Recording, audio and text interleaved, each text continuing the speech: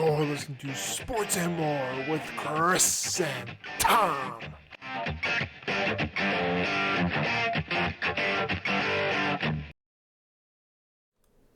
Welcome back. It's the guys with the face for radio and the voices for a silent movie. I messed that up. This is Sports and More with Chris and Thom. I am Chris. And I am Thom. Forgive me for messing up the intro. And Chris, even with a messed up intro like that, just know this: we live in a world where athletes can get caught doping and continue to compete in athletics, but we bring you the wholesome content that you desire. So even a messed up intro like that still deserves something. Hey, there you go. I mean, this has been happening forever and ever and ever. Amen. With athletes, so it's not anything new. It's just happening at the Olympics again for a certain country again.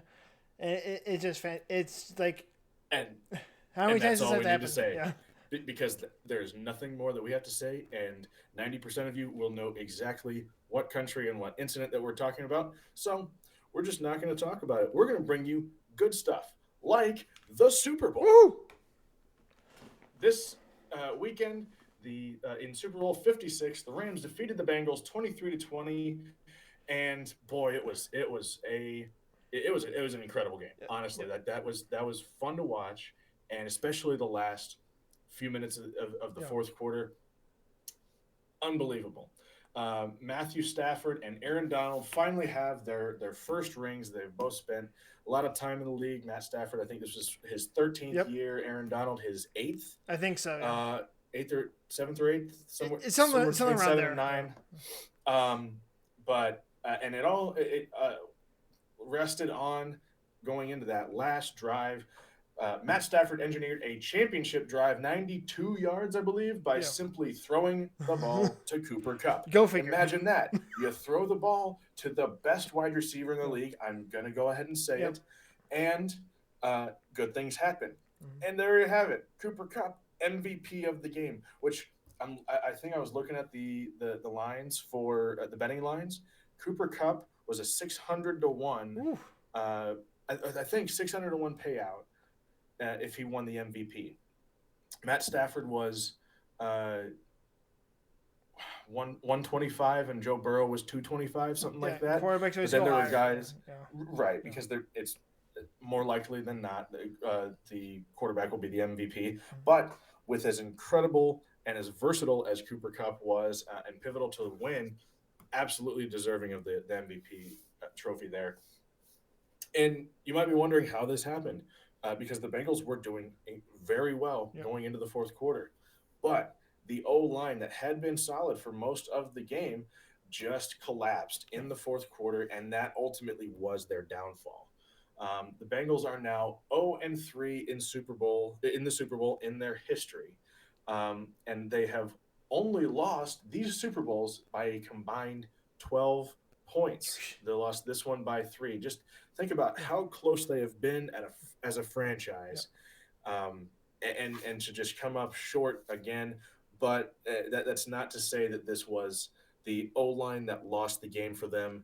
It simply was it was a combination. I'd say that the O-line didn't get the job done, and so this allowing Joe Burrow to not have as much time in the pocket and not have time for plays to develop.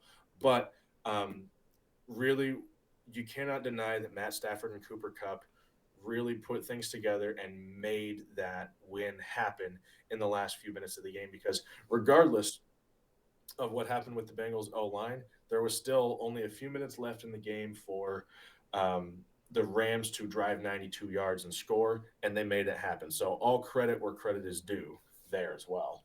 Yeah, absolutely. I know there's going to be people complaining about how the Rams get all those penalties in the red zone to keep the drive alive. Like, yeah, they got those, but also the Bengals got a cheap touchdown when their receiver face smashed Jalen Ramsey out of the way and got a 75-yard touchdown. It's like, okay, each team got a freebie touchdown. At the end of the game, the Rams would still win the football game.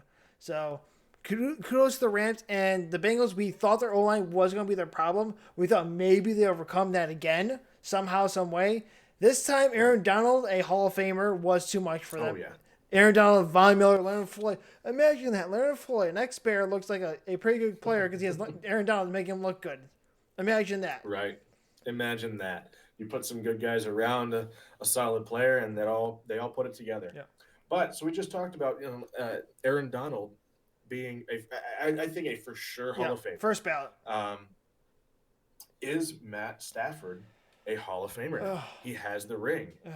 This is a conversation. I don't know. A lot of people are saying, I know there's people at ESPN who say yes. I know Julian Edelman says he is, but also Julian Edelman's trying to help his case for being a Hall of Famer.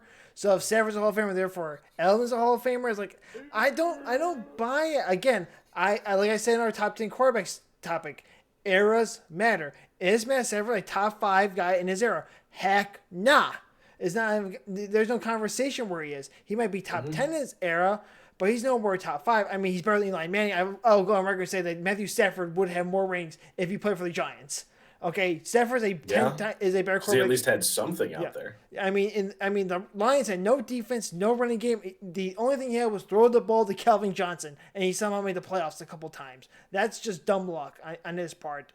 And so I'm going to say he's, again, it's that fringe. Like, I need to see more. I need to see more than just 1 year. I mean, Joe Flacco was going to be a Hall of Famer, and look what happened to Joe Flacco. He's now called Joe Flacco. Exactly, because I mean, one-hit wonder. Yeah. Almost. So I'm going to agree with you on that. That I don't think one Super Bowl overshadows a career, and I'm not going to call it a career of disappointment. I'm going to call it a because again, he's a solid quarterback. He had a disappointing team around him. Right. That's what the deal was.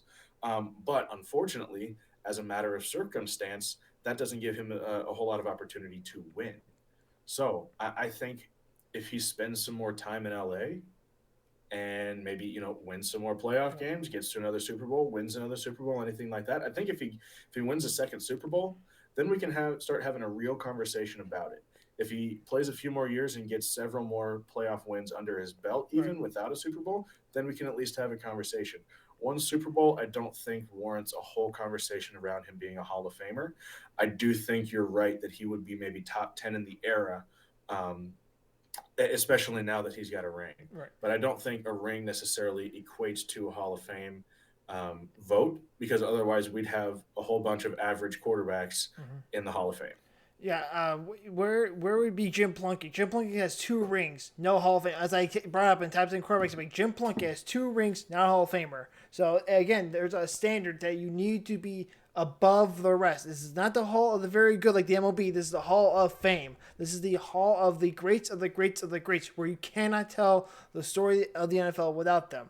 You can tell the story of the NFL without Trent Dilfer, because he happened to be on the Ravens and got a ring. Okay, he happened to be the quarterback and did not screw up. You can tell the story of the NFL like Jim McMahon. I know Bear fans love Jim McMahon, but Jim McMahon happened to be the quarterback of the 85 Bears who did just enough to not screw it up. Okay, facts matter, people. I'm sorry, we can't let our emotions get the better of us. I think if Stafford plays another 6 years in LA and has consistent playoff success and makes a Super Bowl again, probably a Hall of Famer. Or even if he just has success in playoffs, he wins consistently, gets to the NFC title game the next 5-6 years, or consistently looks good in the playoffs, we'll say, yeah, he's a Hall of Famer. Because that's the Aaron Rodgers standard at this point. Because Rodgers is a Hall of Famer, and he's got a ring, and it's consistently in the playoffs, but he doesn't do anything in the playoffs. So it's like, at that point, we have to hold Stafford to the Rodgers standard and say Stafford is therefore a Hall of Famer. Because he can give you the same numbers, just with more picks. Right, and I think that now has to be almost the next step for Matt Stafford, is to be at that Rodgers level of winning. Yeah. You can't expect him to immediately jump up to the Brady level of winning championships just simply by changing teams. Right. I think now it's a realistic expectation for him to now be at the Rodgers level and win consistently, get to the playoffs consistently, do something in the playoffs. Even if you're not making it to the Super Bowl, you're doing something. You're winning throughout the season. You're winning in the postseason. And I just don't. I didn't see that happening in Detroit, but I don't necessarily I don't necessarily see that as a far-fetched possibility in LA, though. But now that we've talked quite a bit about the Super Bowl and Matt Stafford being a Hall of Famer, please comment down below your thoughts on Matt Stafford Hall of Fame or nah issue. But for now, we're going to move on into the MLB lockout update. Chris, I kind of jumped us into the Super Bowl. Why don't you go ahead and lead us into this conversation and some of the CBA negotiation Yeah. timeline that we've seen recently? Yeah, the CBA negotiations, a boring subject to anyone who's not a baseball fan and cares about the sport of baseball, but because we're baseball fans, we're going to talk about it because it kind of matters at this point in time. In December 2nd, 2021, MLB owners announced they were locking on the players. It was like right around midnight, like just after the CBA expired. They say, yep, we're going to lock you out. And then they didn't meet until January 13th, because that's when the owners presented the first proposal. Even though Rob Manfred said that the lockout was meant to jumpstart negotiations, but it took you 6 weeks to present a offer. So how'd that go? Proposals were not well received by the players. Players essentially said nah, and it wasn't great. The owner said it has some good things in there, like increasing the minimum salary, which is what the players wanted, tweaks to the draft compensation situation for a free agency, and adjustments to a proposed draft lottery system. Because right now there's too much tanking in the MLB, so a lottery system might help curb that. And then the 24th and 25th, the owners and the MLBPA met for consecutive days for the first time. It took them to January 24th and 25th to meet for 2 days in a row. And essentially the players and league said nah to each other and said, we don't like any of your proposals.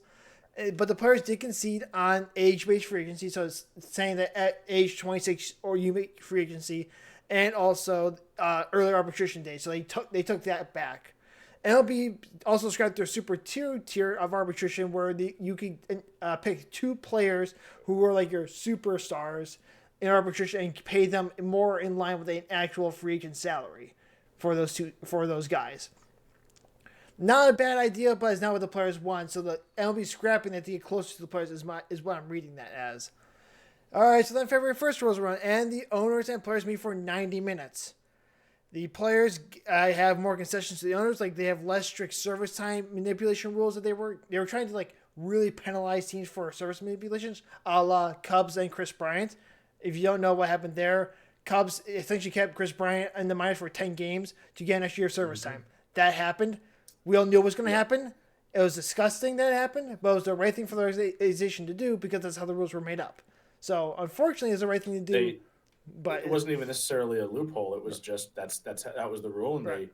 they abided by it, and they got another year out of Chris Bryant because of it. But, it's unfortunate almost that it is that way, because you have now rookies or guys in the minors that could be called up, right. but you're waiting 10 games. Yeah. To call up a guy you were going to call up day one anyway. Yeah, I mean, he should have been up day one. It was a bad decision. It sparked this whole debate because of how blatant it was.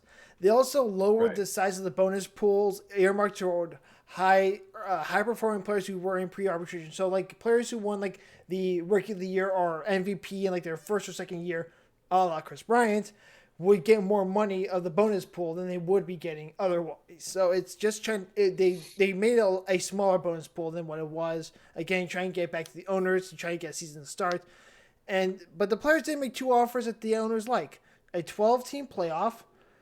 Don't like that. And then the universal DH. That's too much. The universal DH is something we all know was coming down the pipe, and the players were just resisting for no reason, in my estimation. February 3rd. But 12-team playoff. Let's talk about that real quick. Bad idea. Terrible idea. That's 75% of the league. Yep. Yeah. It's 6 teams on each side. There's nothing special about making the playoffs. It's 6 teams on each side, so it's 12 out of 30 teams. Oh, 16. I thought you were saying 12. Okay. Yeah. Okay. I thought you were. No. I completely misunderstood that when I read up on that. I read 12 from each side. No. Holy cow! There's nothing special about making the playoffs. Then Continue. No, I'll explain why I still don't like the rule. Again, it's like MLB was special because you had to win the division and then be the one wild card team to make the playoffs. It was the 8 out of 30 teams. It was the best of the best making the playoffs. The more you go back, the more you give bad teams in the playoffs. A la NFL. The 7th seed has not won a playoff game, and it's not been close. It has been blowout central. It's been bad for football. I'm going to just go on and say it's been bad for football. Imagine instead you had the 6 seed playing the 3 seed. Those games would be fantastic, and the 4 it should have been fantastic, and the 4 and 5 play each other. Fantastic games. You would get rid of 2 bad games in the playoffs that no one watches. So again, why I'm not a big fan of this idea. So February 3rd, the MLB requested that a federal mediator come in to resolve the lockout because the MLB, of course, is a legal monopoly that has been ruled on since like the 1910s or by the Congress. So it's like this has been instituted for a while. But the MLB EPA said nah, because the owners haven't responded back to our latest proposal yet, so they can't request a mediator when they're not responding to us. It's not like we're not agreeing. They're not answering us back fast enough. Exactly. Why have a mediator if they haven't even responded back with an answer to the original request? Like, what are we mediating then? Right. I agree. It's like you're taking like weeks to get back to the players. This isn't the players. Yes, need to give negotiations, but the owners need to give too. So also, can I make a comment about this? And this is kind of what I was telling you earlier. Is like I just wanted to interject this. Is this legal counsel that they hired, that the MLB hired for a conversation around not paying minor league players during spring training cost $775 an hour. There are guys in the minor leagues who are not making $700 a month, or $700 a paycheck twice a month, and the MLB now wants to hire an attorney at almost $800 an hour to now discuss why minor league players shouldn't be paid at all during spring training. Does that make sense or not? No. Like, that is horribly backwards. Hey, we're going to pay a crap ton of money to someone to tell you why you shouldn't make money. Hey, and don't forget, they're also trying to cut 30 minor league players per team. They're trying to get it from 180 per organization to 150 per organization. So it's sick. It's sick. They're trying to cut so much. It's like, guys, this is not helping you out very much. All right, then February 10th, Rob Manfred, the commissioner of the MLB, addressed the media for the first time and said that he did not they was not officially delaying spring training, even though we're at pictures and catches reporting and nothing's been happening, and they expect to get the deal done before the season is compromised. Again, pictures and catches report today, and that's not happening because no deal has been reached. So, what do they agree on? They agree on a universal DH. Duh. They agree on a draft lottery system. Okay, good. We made progress. Now we can start to disincentivize tanking. Although it did help the Cubs win a World Series, I had to say. It did help. That did help us quite a bit. All right, we got one in there. We had our time. But now's the time to make progress. It was painful. It was painful. It's like 5 years of losing like 100 games straight. It was bad. It was awful. We're not saying we enjoyed it. We enjoyed the aftermath, but we did not enjoy it while it was happening. Absolutely. And it also wasn't necessarily all on purpose. No, some of it was on some of it, yes. Second Theo Epstein got in there. It was on purpose. But there were some just bad years. There was no need to tank because it was just happening naturally. Yeah, the Cubs are naturally good at tanking at times under Wrigley organization. Under the Chicago Tribune organization, they were really good at losing games on accident. Well, on sort of purpose on accident. They were purposely purposely losing games. It was hard to explain to anyone who's not a Cubs fan. And also they agree on eliminating draft pick compensation in free agency. Again, this helps free agents because why don't you sign big free agents? It costs you a first-round draft pick. So why are you going to pay a free agent when you just draft a guy and just be bad for a couple of years? Then you have a team full of young guns and you win for 5 years and then you start the whole process again. This is good. I like this idea. The problem is these are the only 3 things they agree on. That's the problem with this. These are all good things that we expected to happen and wanted to happen, but okay, there's 3. I'm sure that there was a much longer list. There was a much longer list of things. Putting 12-team playoffs aside because we already discussed that just doesn't work. Yeah. I mean, these are 3 good ones to have, but there needs to be a longer conversation about the other ones, and it seems like the MLB was like, okay, we got our 3. That's it, right? Yeah. Like, you guys are good for a while, and I don't think that they are. The MLBPA is. Oh, I forgot the 4th, the 12-team playoff. The owners want that too. I forgot to add that in the list because that's been something the owners have been hoopling about for a while because there's more TV money, more national TV money because everyone. Well, they got to make more TV money off of a 12-team playoff because now they got other things that they got to pay spring training for minor league players. Yeah. That's the way that they're going to get that one agreed to. Is like, hey, if we can agree to a 12-team playoff, we're going to make a hell of a lot of money. Excuse me, a lot of money, and now we can afford to pay minor leaguers in spring training. Yeah, so essentially, Tom, after all that being said, what are our thoughts about how this is all going down? I mean, we've given some of our thoughts already, but your thoughts on this whole process? It's just been the whole process has gone over like a fart in church, man. Like it's not been well received by the public. No. It's not been well received by the Players Association, and it's really kind of being ripped apart. Excuse the fart pun there, but I mean it's the MLB has kind of let everything fall to the wayside, and now it's almost like, oh, we got to scramble to get everything done to have a normal-ish start to the season. It's like, well, you gave yourself a 6-week deficit there just right at the start. It's like, okay, you announced on December 2nd that it wasn't that you were locking out and then didn't do anything for over a month. You cannot say that you did everything you can when that still stands at the forefront of the conversation. Right. Is you can't say we did everything we could for the players, but you didn't have anything to do with the first 6 weeks. And then once things really did start to roll, you didn't really reciprocate in the conversation. So as much as the MLB owners truly believe that they have done, they've barely scratched the surface. Yeah, I couldn't agree more. When you see a 6-week lag in talks between players and owners, like, okay, and the owner's not talking because the players presented some things like, this doesn't look good, guys. I mean, I'm not one to side with the billionaires or the millionaires on this. This is millionaires versus billionaires. I don't care in this regard. I just wanted to see gosh darn baseball, you morons. Mm-hmm. So just figure it out. You're going to make lots of money.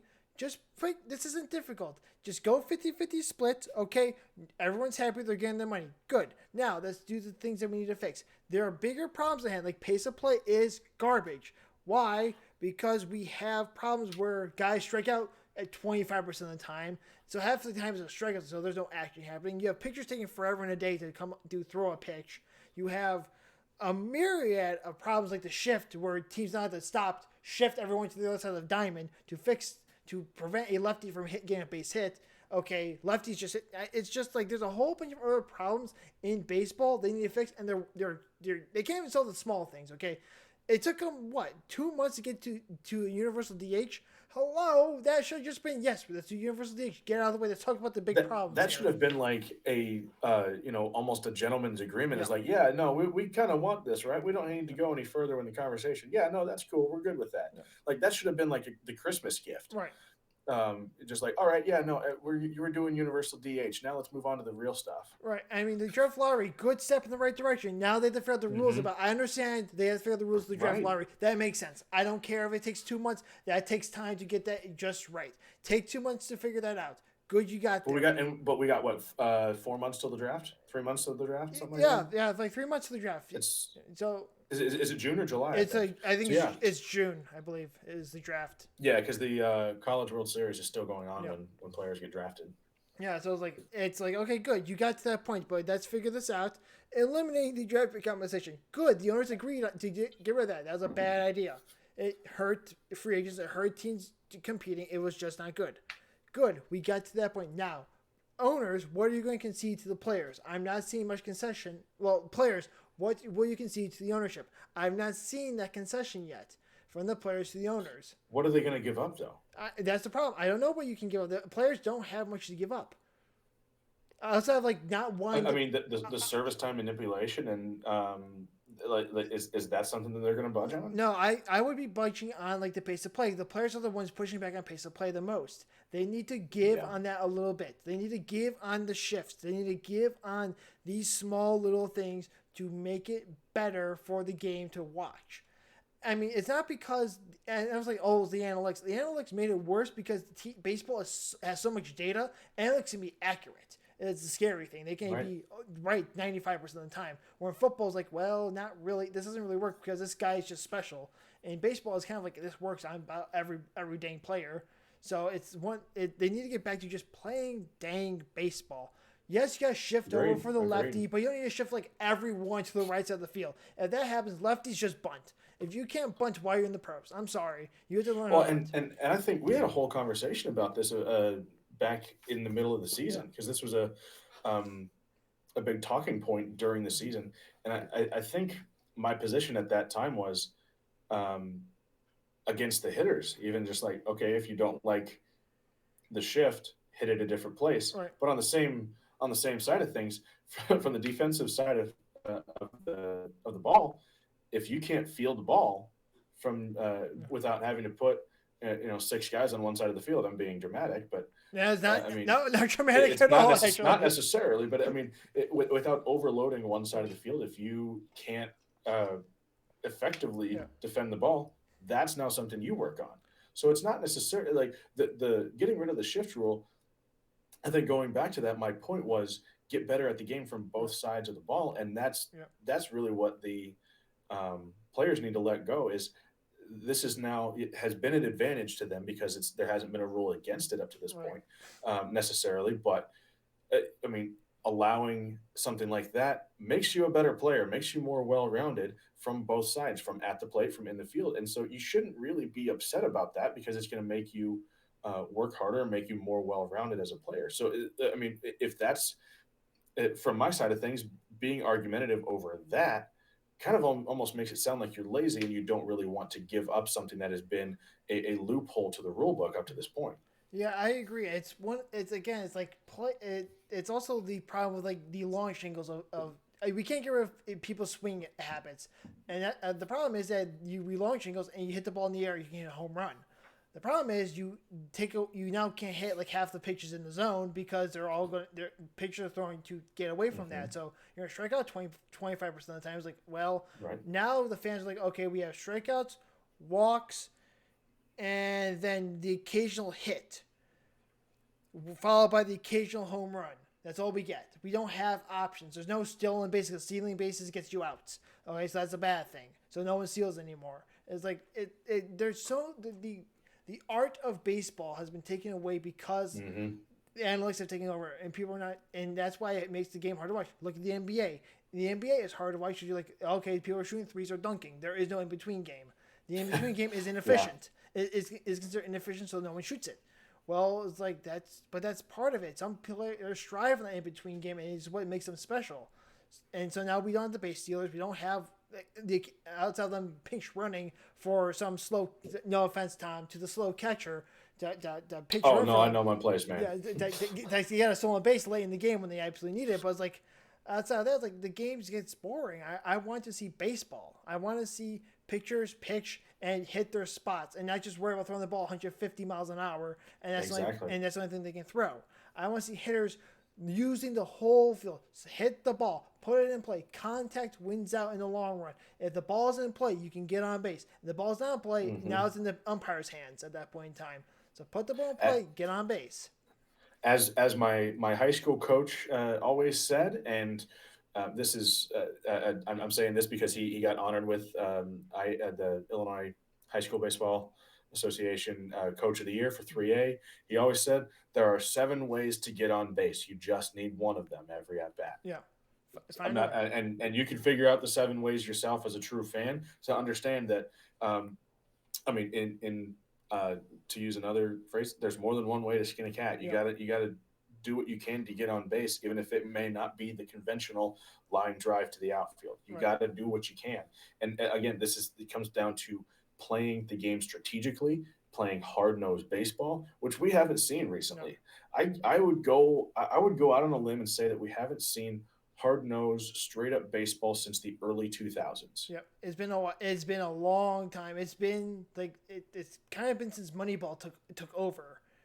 Right. I like since the players that we grew up watching in the 90s and early 2000s phased out of the game Yeah, like that because since then it's been all about um, new standards, new analytics, and everything's digital, which has its place. I mean, yeah, you can make improvements, make adjustments that way, but that is taken over yeah, the game. Like that's the first thing you look at now yeah, before you even look at you know, the physicality of the game. Yeah.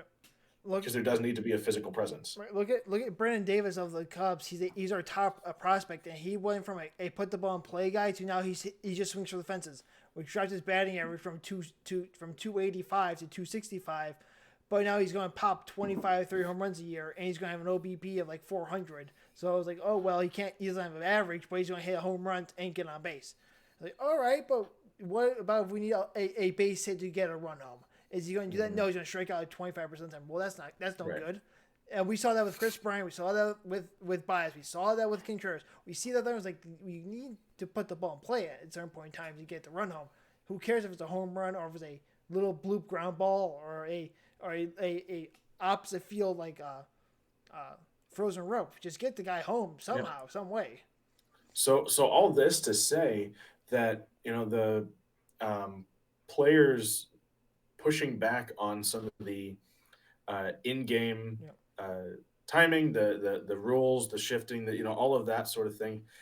All of that is to say that the players need to now compromise and realize that they need to get back to playing the game straight up, because eventually, I would say that they're going to have to, and the league is going to have to significantly hold on. I mean, push back on the players and say, no, you're here to play the game. You're not here to have rules in your favor on the field. You're here to make your own favor on the field. And that's I think where we've come from. The game is, you know, players made their own luck. They had skill, they had strategy, they played it hard, and when they were up against tough situations, they grinded through. Mm-hmm. Now it's you make strategic chess moves across a field, and it's not it's not always, you know, hard nosed, just grind through it. Right. And I think that we need to get back to that style of baseball, because that's where the greats came from. And then the sooner players realize that they can be great without analytics, that will change the game for the better. Like perhaps getting rid of sticky stuff that they put on the baseballs. Perhaps they need to just get rid of that. I know there's hitters who say I'd rather them have something, so they're not throwing 100 miles an hour at my head on accident. Or perhaps pitchers need to learn the art of pitching better and worry about having control as well as velocity. I know that's hard to say. I know you don't want to hear that. But Greg freaking Maddux had no velocity forever and ever, and he's a Hall of Famer. Okay, he played through all the eras essentially at this point in time. And I gotta look it up again. I saw a crazy stat that he played in, or he pitched in hundreds of games, like a ridiculous number of games. Yeah. He used like and he only saw a 3-0 count, like 34 times. It's a crazy stat. It's like, and he still threw heat. Yeah. Yep. Like you're talking about a guy who didn't. Max didn't throw heat. Max did not throw heat. Okay, he threw not. All right, we're not talking. Aroldis Chapman heat, but like for that era. No, not even that era. Not even that era. He threw hard. Okay, you can't deny that he threw hard. He threw 90 miles an hour at best. That was not a hard fastball. He was a control fastball pitcher. He never had heat. What he was good at was not throwing balls. But he had control, and that's something that, and he didn't have sticky stuff, or maybe control if we didn't know about movement. It. So, all right, there's that, yeah. But now you look at a guy who he throws 98 miles an hour consistently, 96 to 99 miles an hour consistently with sticky stuff on his hand, on his fingers. You take that away, and he has no control. Yeah. So you would rather have someone like Maddux, who didn't need it, had the control, threw hard when he needed to, but also was able to place the ball, instead of someone who can just throw it hard somewhere in the general direction of the plate. I mean, I think there's a stat where Maddux walked as many guys in his career as some players will walk in a season. And that should tell you something right there, that he knew if you can just keep the ball in the zone, you might get outs. That it seems to work pretty well. If you throw the ball in the zone, you might get an out or two here and there. I think that's how that works in baseball. The last I saw. Generally. It also helps that the umpires back in the day had strike zones could be 6 inches off the plate. I mean, there are some calls you watch like that's not even close to being strike three. Like, okay, sir, whatever you say. Is that Joe West? They were all Joe West. It's They were all Joe. It was crazy. I think you saw some of the Kerry Wood's 20 strikeout game. There were some strikeouts where they were good 2 inches off the zone. They were just strike three, and the person's like, "Well, that's a strike, I guess." And he just walked back to the dugout. I was like, "That wasn't close."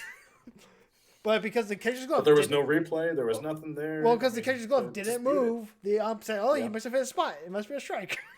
I was like, "That's not a strike." That's another thing that we could talk about sometime. The art of framing. Yeah. Oh my gosh, Wilson has just gone to the wayside because of how uncontrolled pitchers are. Yeah. Framing is almost like non-existent. It's either it's right there or you're way all the way out. And you have to go. You catch it here and bring it down to the middle of the zone. I'm like, the heck is that framing? Get it? You're supposed to. I've seen guys that like they do one of these. They just and it's just like pull. that slow. Yeah, it's that slow. It's like yeah. You're watching like right no. here, and it's so cringy. You have to watch Ivan Rodriguez. It was a snap of the wrist to catch the ball and frame it as you're catching it, so you drop it down into the zone. That's an art form right there. If any of you guys who have not watched a Pudge Rodriguez highlight, watch him frame the ball. It is artistic. It is fantastic to watch. So one of the best to ever do it, I'd say, if not the best. Yeah. So all this to say, we're kind of not happy with this taking a long time because we probably won't have an MLB season at least to start because we're at Pictures and Catches reporting and there is no CBA, and they've not even agreed to basic economic policy, and other things they need to fix, and they just have universal DH, draft lottery, which they haven't hammered out all the way, no draft pick compensation in free agency, and a 12-team playoffs. Like. And some of this, like, I have a guy that I used to work with at the CPA firm when we were interns is a pitcher in the Blue Jays organization. And so I look at this and like, I didn't realize he hasn't been, or like, there's the possibility he's not going to get paid for spring training because he's in the minors. Yeah. He's moved his way up in the minors, but he's still in the minors. Just like, you've dedicated your life to this craft, and you're not going to get paid for a month of work to potentially just have to get on a Greyhound bus and go somewhere across the country to play for a hill of beans. Yeah. But that part kind of like I think about him as an individual. I'm like I know you, and now I know like where that would put you. So that's just wild. But I mean, to talk about the beginning of the season potentially not even starting on time, I think, and this is another point that I wanted to bring up with you, Chris, this now puts TV networks in a position to do something great and something that ESPN, I think, is already doing. But ESPN is already committed to hosting across multiple platforms, whether it's their streaming service or cable or ESPNU. 2,200 college baseball and softball games, which I think is incredible. And I don't know how many games that they have televised before, but 2,200 seems like that a significant increase. But now, when you think about the season not starting on time for the MLB, that gives TV networks an opportunity to get even more exposure for college players, both baseball and softball, to get on networks that they may not have gotten a chance to play for because they would have been occupied by MLB games. And if the MLB owners and players cannot figure it out and can't get it started, then I think the only ones who should benefit from that are collegiate players who are actually actively playing in a season right now. And that just only makes sense to me because, I mean, they're not earning a salary. Sure, there might be some NIL deals going on, but they get nothing financial from the TV networks getting their games. They get the opportunity to get exposure to scouts, to folks who might not have seen them, but they make the highlight reel on ESPN or ABC or CBS some weekend when it normally would have had an MLB game played or a Tuesday afternoon or something like that. And now they're noticed, and now they get jumped up on the draft board because they had an opportunity to get exposure and make something happen where they wouldn't have had before. That it would have had to have a physical scout or someone desiring to go onto a streaming site like the school website or something like that, or the SEC website, something like that, to find the game. Whereas now, some larger network can grab highlights from players who to give them more exposure. I think that that would only be a benefit to the game of baseball and the game of softball if things do not happen in a timely manner to get the MLB season started. No, I agree. I think the only games that really get televised nationally are like the College World Series, and that's about it. And I can think of that. And then like the regionals and all Yeah. that stuff that goes up into it, but And and then the occasional like SEC is a huge one. the Vanderbilt versus whoever they're playing is LSU. Yeah, because Vanderbilt's an elite program. LSU is South Carolina, all of them, and so I think aside, like putting them aside because they get a lot of exposure as it is being elite programs. Now you give an opportunity to programs that are not necessarily playing them or are them, and give them the chance to, maybe like the Delta states down in Mississippi to get a chance to be on TV and get some guys out there to be seen, be noticed. Absolutely. And something that you were talking about, like, oh, I forgot about this, because you're talking about getting players noticed, TV networks can actually do this. It looks good for college. This could be a time where teams actually focus on, hey, maybe we should do a streaming service like a la WWE and do that for our TV stuff instead of going through TV contracts. Cubs are talking about doing that with the Marquee Network. Unfortunately, they want to charge like $40 a month. It's like, dude, calm down. You have to get to like 10 in order for it to be worthwhile for anyone to get it. No one's gonna buy it at $40 a month. No. There's some people who wouldn't even buy it for $40 a year. No, it's like, I'm like, dude, I saw that and said, okay, you guys are, Ricketts, you're an idiot. The market value is about 10, and that's at the high end per month. 10 is like the most you would charge. I mean, you look at any streaming service, It's close like to 10's about the high. I mean, seven to eight, like is the ideal. Like $5.99 to $9.99 is like the range. Right. And this is something that you and I talked about with the Marquee Network that they should have done from the start. Yep, from the jump. And they teams need to realize this. And also, this is the problem of MLB is not the NFL. MLB owners are wildly different in terms of their money value. Because the problem is you need to get 23 owners, I think, or 24 owners to agree on any deal they propose to the players.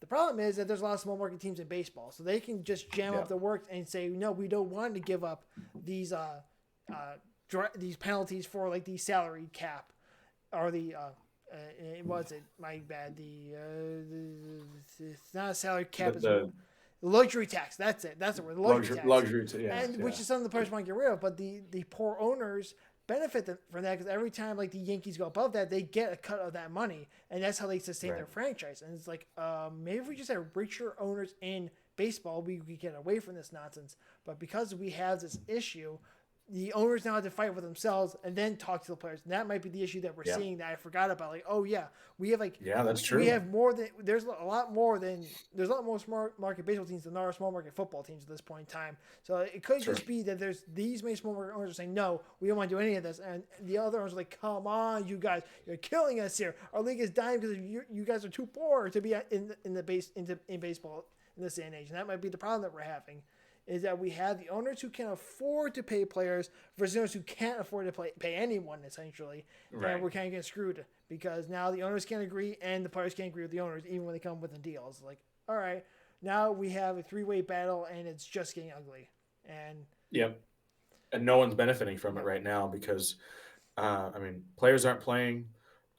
Owners aren't getting their teams ready for the season, and fans are done. Fans are done. Fans don't get anything out of this. Yeah, it's watching two parents fight on Christmas. If only we would have had the parents fighting on Christmas. It looks like they took a break until January 13th. If only our parents were fighting over billions of dollars instead. That was a squabble over billions of dollars. I won't go there, but the poor owners are fighting over who gets $1 billion extra dollars. Oh, these poor players and owners. Oh, these poor kids. Sorry, You guys figure it out. First world problems. First world problems. I think zero world problems. Zero world problem. No, nobody else has this problem. No one else has this problem. You idiots. All right. Elite problems. Yeah. All right. So we're done. So enough of that. Enough. Leave your comments below on your thoughts on the whole debacle with the MLBPA and the owners and everything that has gone on or hasn't gone on. And also give your estimate of when you actually think we're going to see players report. I don't think it's going to be for at least 2 to 3 more weeks. Yep. Probably. If we're lucky, it'll be 2 or 3 more. If we're weeks. lucky, yeah. Yep.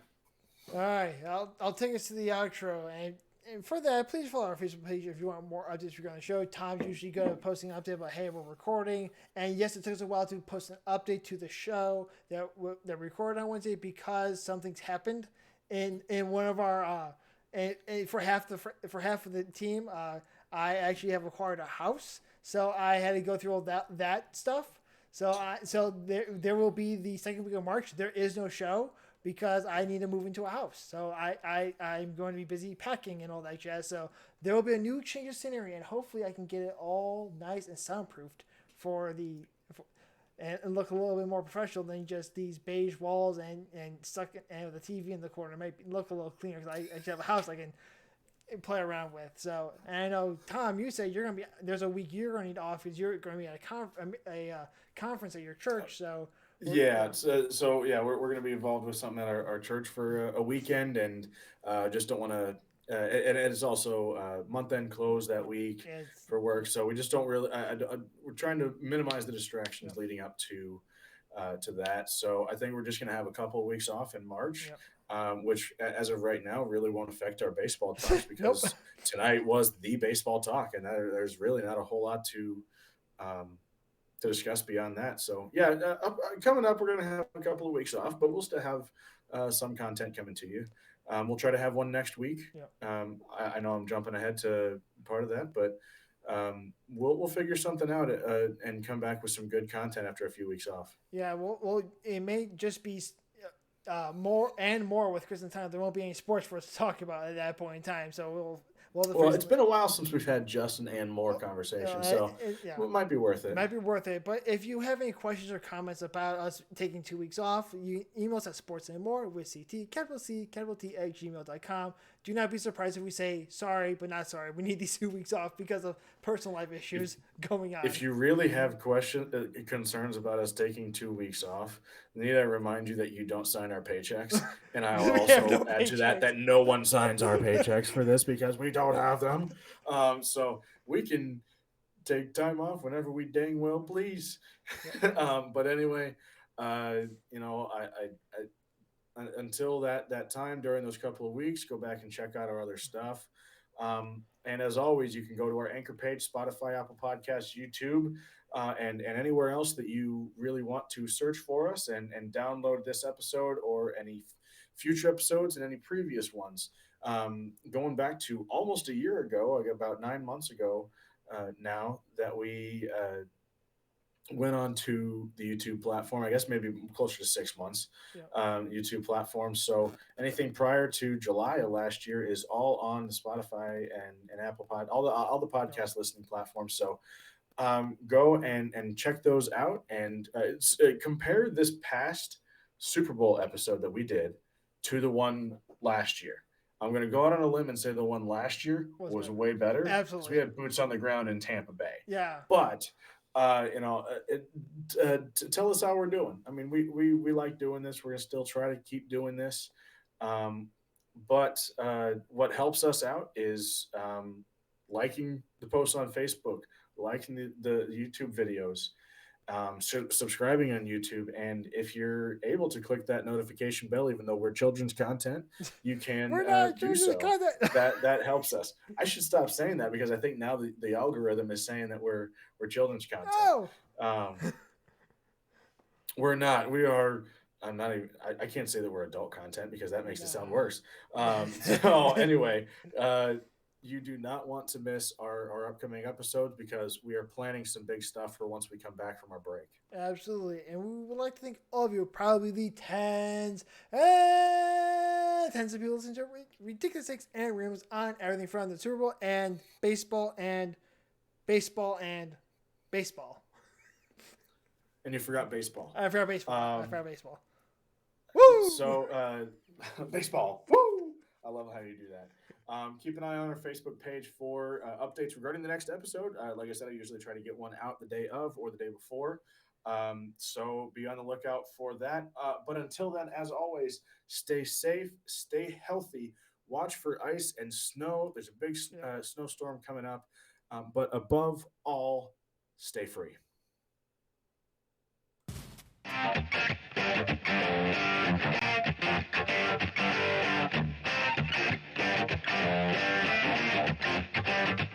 Sports and More with Chris and Thom is brought to you by no one.